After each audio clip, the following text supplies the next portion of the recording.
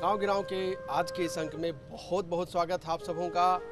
जोहार दर्शकों, कुदरत ने हमें बहुत सारे प्राकृतिक संसाधनों से नवाजी है, जैसे जल, जंगल, जमीन, वायु, नदी, झरने इत्यादि इत्यादि। और इन सारी प्राकृतिक संसाधनों को सुरक्षित रखना हम सबों का कर्तव्य है। हमारी सरकार द्वारा इन सारी प्राकृतिक संसाधनों को सुरक्षित रखने के लिए, उन्हें संवर्धित करने के लिए क्या कुछ किया जा रहा है, आइए लेते हैं एक जानकारी। झारखंड का संथाल क्षेत्र, इस क्षेत्र में राज्य का देवघर और दुमका जिला भी आता है। कुछ वर्षों पहले तक इस क्षेत्र में बेरोजगारी, गरीबी और पलायन एक गंभीर समस्या थी, लेकिन सरकार की विभिन्न योजनाओं के बलबूते इस समस्या का बड़े स्तर पर निदान किया जा सका है। देवघर क्षेत्र के मधुपुर प्रखंड में बदलाव फाउंडेशन द्वारा गरीबी और पलायन को लेकर किए जा रहे कार्य यहाँ के लोगों के लिए मील का पत्थर साबित हो रहे हैं। आज के कार्यक्रम में हम इस बदलाव फाउंडेशन की बात करेंगे, जिसने हकीकत में अपने इच्छा शक्ति की बदौलत इस क्षेत्र को बदलने का काम किया है। आइए बात करते हैं बदलाव फाउंडेशन द्वारा प्राकृतिक संसाधनों के प्रबंधन, संरक्षण और इसके संवर्धन को लेकर। इस मुद्दे से जुड़ी हर जानकारी से हमें रूबरू कराने के लिए आज हमने बात की बदलाव फाउंडेशन के कोऑर्डिनेटर राजेश जी से। दर्शकों नमस्कार, आज गांव गिराव कार्यक्रम में आपका स्वागत है। हम आज संथाल परगना के मधुपुर प्रखंड के कर्णपुरा प्रसार केंद्र, बदलाव फाउंडेशन का जो प्रसार केंद्र है, हम वहां आज उपस्थित हैं और हम यह जानने की कोशिश कर रहे हैं बदलाव फाउंडेशन के कर्णपुरा प्रसार केंद्र के कोऑर्डिनेटर राजेश जी से कि प्राकृतिक संसाधनों के बेहतर प्रबंधन, संरक्षण और इसके संवर्धन पर कौन कौन से काम किए जा रहे हैं। राजेश जी, आपके इलाके में अभी क्या क्या काम चल रहा है प्राकृतिक संसाधनों के संरक्षण और संवर्धन पर? बदलाव फाउंडेशन का प्रसार केंद्र कर्णपुरा, जो बुढ़ई पंचायत में पड़ता है, मधुपुर प्रखंड है और देवघर जिले के अंतर्गत आता है। वहाँ दोनों तरफ जंगल आच्छादित क्षेत्र है। वहाँ जमीन धीरे धीरे जो उसका ऊपरी हिस्सा था, उपजाऊ वाला हिस्सा, वो धीरे धीरे वर्षा में बहता चला जाता था। तो बदलाव फाउंडेशन ने प्राकृतिक संसाधनों का संरक्षण और संवर्धन कैसे हो, इस पे कार्यनीति तैयार किया और फिर महिलाओं को केंद्र में रख के, क्योंकि महिलाओं का जुड़ाव प्रकृति के साथ ज़्यादा रहता है, इसलिए वहाँ जाके पहले महिलाओं के साथ हम लोगों ने संगठन का निर्माण किया। फिर धीरे धीरे वहाँ के पुरुषों के साथ बैठक हम लोगों ने शुरू किया और प्राकृतिक संसाधनों का संवर्धन और संरक्षण के लिए कैसे चीज़ों को और बढ़ाया जाए, इस पर हम लोगों ने धीरे धीरे विचार विमर्श शुरू किया। आज के दिन में हम लोगों ने देवघर जिले में खासकर बुढ़ई पंचायत, पत्थरजोर पंचायत और बलमपुर पंचायत के गांवों में, 5-6 गांवों में 150 आदिम जनजाति के ज़मीन में, 60 एकड़ ज़मीन में हम लोगों ने पौधारोपण का काम किया और उसमें आम, शीशम, सागवान, गम्हार इस तरह के पौधे लगाए गए और उसके बाद उस ज़मीन का पूरा ट्रीटमेंट किया गया। ट्रीटमेंट से आसे उस ज़मीन का समतलीकरण, मॉइस्चर उसमें कंटेंट रहे, उसमें पानी का नमी बनी रहे, इसके लिए हम लोगों ने उसमें जलकुंड का निर्माण किया। उसके बाद मेड़बंदी किया, कंटिन्यूअस कंटूर ट्रेंचिंग किया, परिरेखा बांध बना के हर जगह जगह पानी को रोकने की हम लोगों ने व्यवस्था किया। इस तरह के सारे काम प्राकृतिक संसाधन को बढ़ाने के लिए, उस संपदा को संरक्षित करने के लिए हम लोगों ने वहाँ पे किया। अभी वो जिस चरण में बढ़ा है, उससे क्या हुआ कि आसपास के जंगलों में भी वन विभाग ने भी जो पौधारोपण शुरू किया, उसमें भी हम लोगों का अवेयरनेस का पार्ट मुख्य रूप से रहा और हम लोगों ने वन विभाग से भी बात किया। उसके नर्सरी के पौधे को जगह जगह गांवों तक पहुंचवाने में हम लोगों ने मदद किया।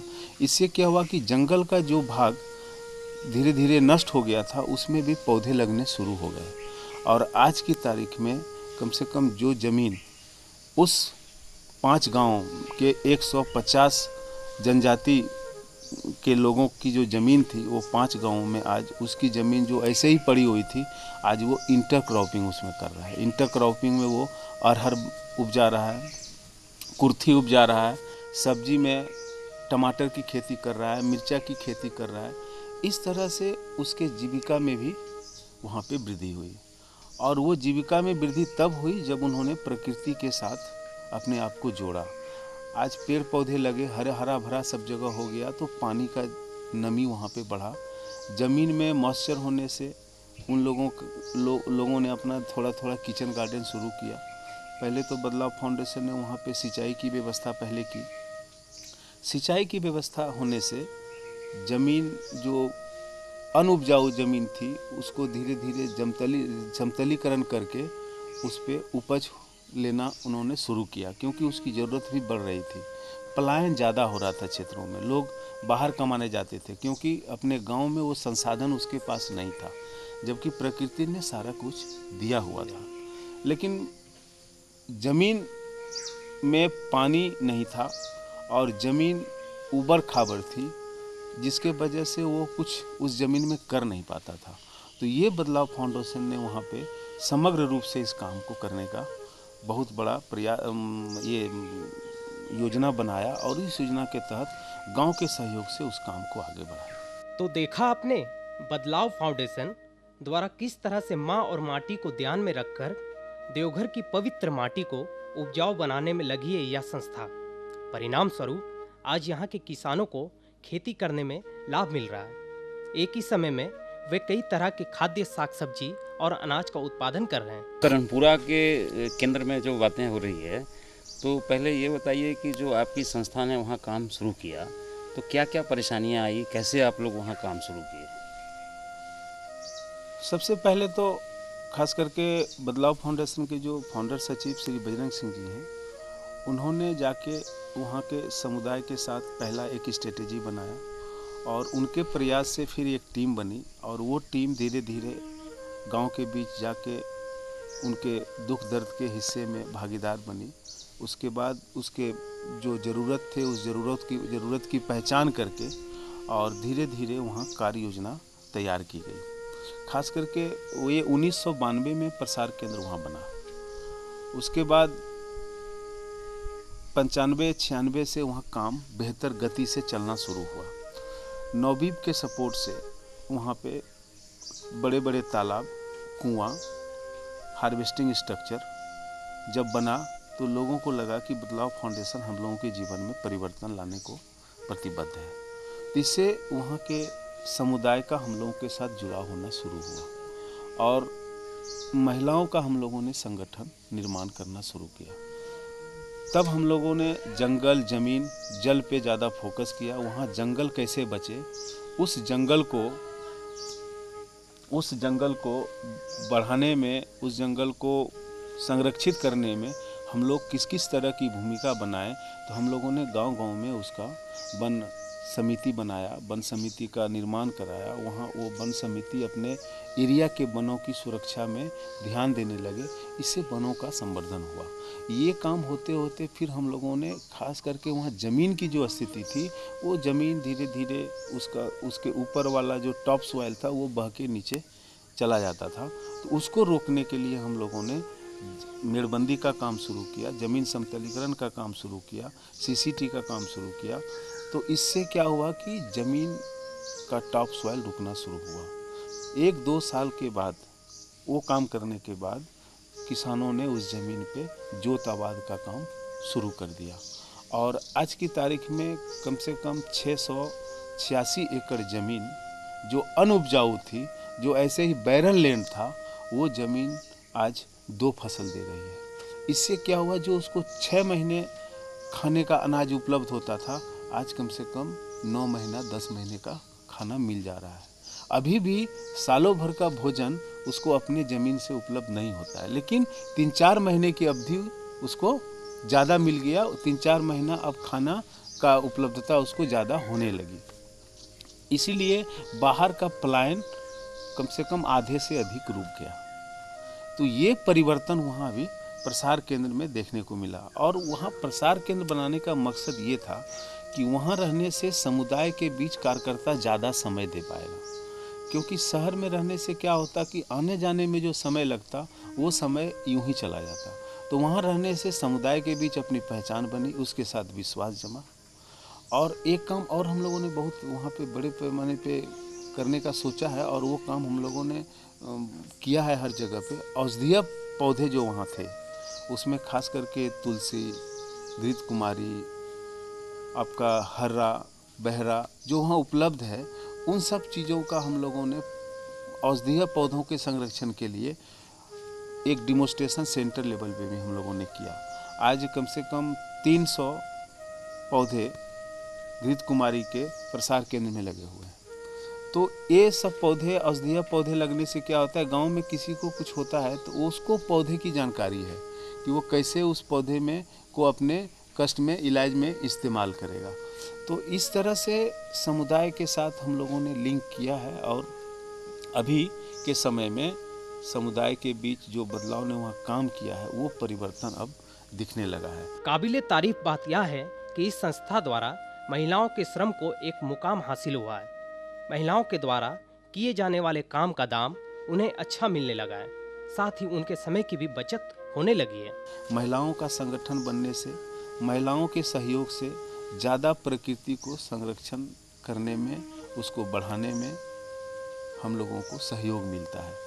और ख़ास करके बदलाव फाउंडेशन का भी ये फोकस रहा है, उसके मिशन विजन में भी ये है कि वो महिलाओं को केंद्र में रख के बच्चों का विकास और वहाँ के आदिवासी जनजाति का विकास में अपनी भूमिका अदा करे। इस तरह से पूरा प्रसार केंद्र के 56 गाँवों में अभी हम लोग काम कर रहे हैं। उस 56 गाँवों में जल से संबंधित, जंगल से संबंधित और वहाँ के प्राकृतिक संपदा जो है अभी उसके संरक्षण से संबंधित हम लोगों ने पूरी कार्य योजना बना के काम करना शुरू किया है।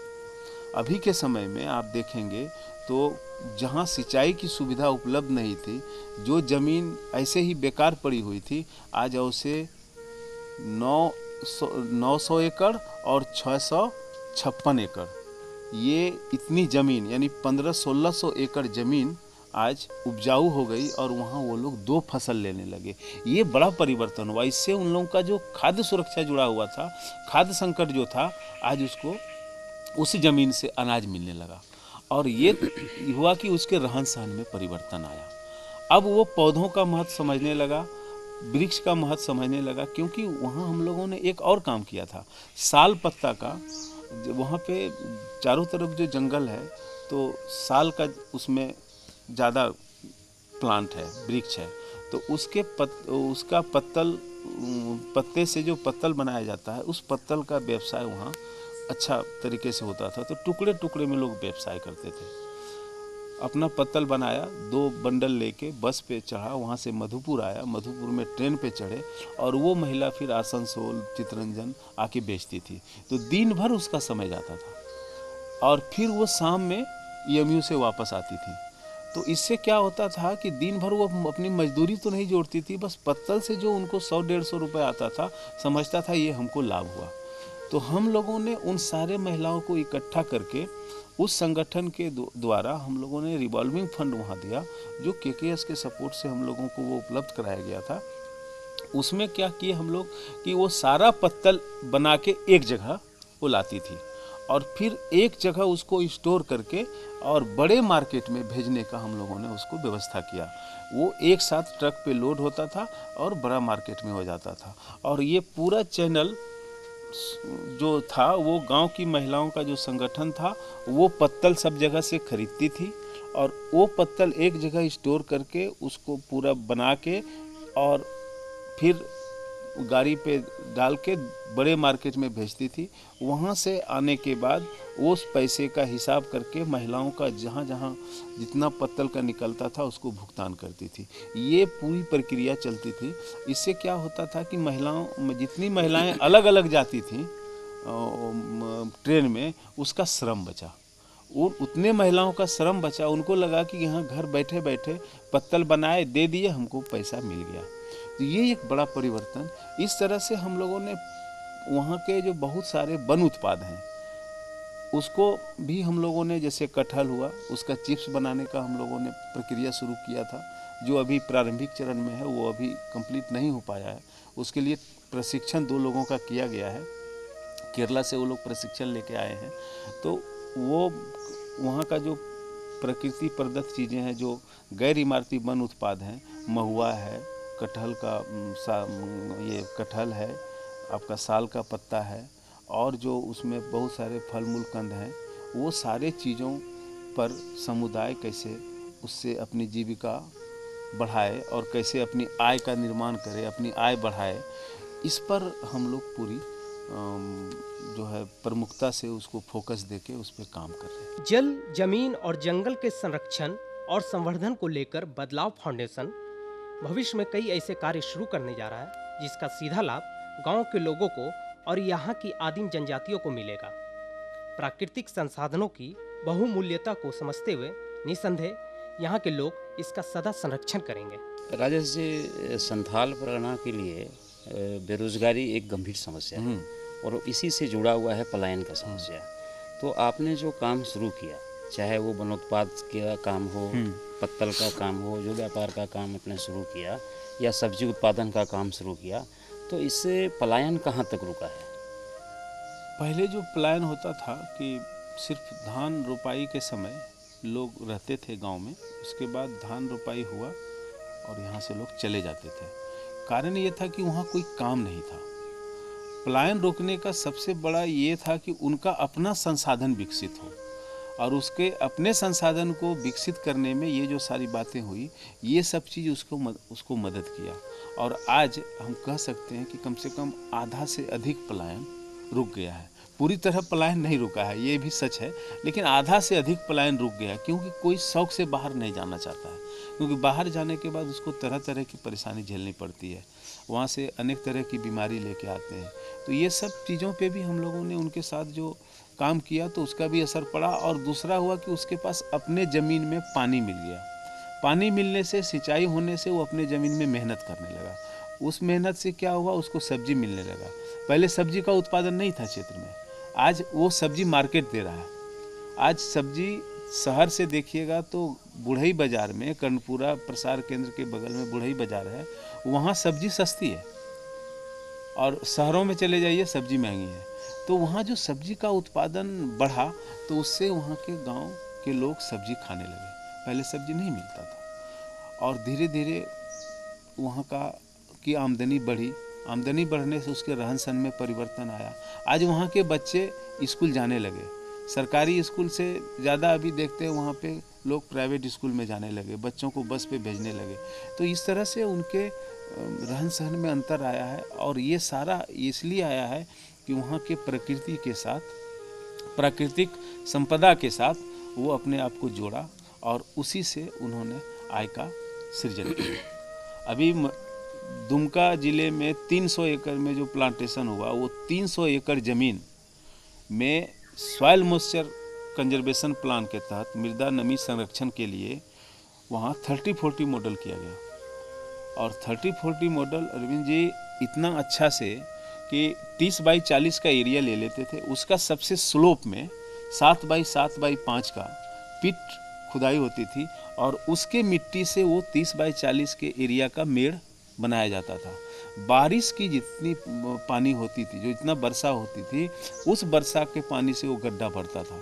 तो उस प्लॉट में जितने प्लांट लगे हुए रहते थे, जितने पौधे लगे रहते थे, वो पौधा उसी पानी से सिंचित होता था, जिससे वो पौधा मरता नहीं था। तो इस तरह से 300 एकड़ में पौधारोपण किया गया, और वहाँ करीब 6000 फलदार वृक्ष है, आम का पौधा है, और 60 से 65,000 टिम्बर प्लांट है, जिसमें शीशम है, सागवान है, गम्हार है, सिरिस है, बांस है।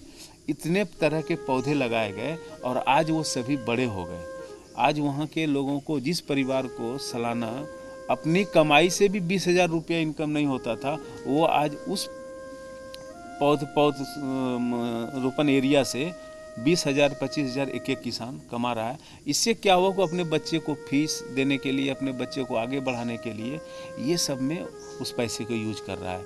तो इससे उसका एक बौद्धिक विकास हुआ, सामाजिक विकास भी हुआ, और दूसरा हुआ कि वहाँ का पर्यावरण संतुलित हुआ, क्योंकि 25,000 एकड़ जमीन जरमुंडी प्रखंड में, दुमका जिले के जरमुंडी प्रखंड में वेस्टलैंड है।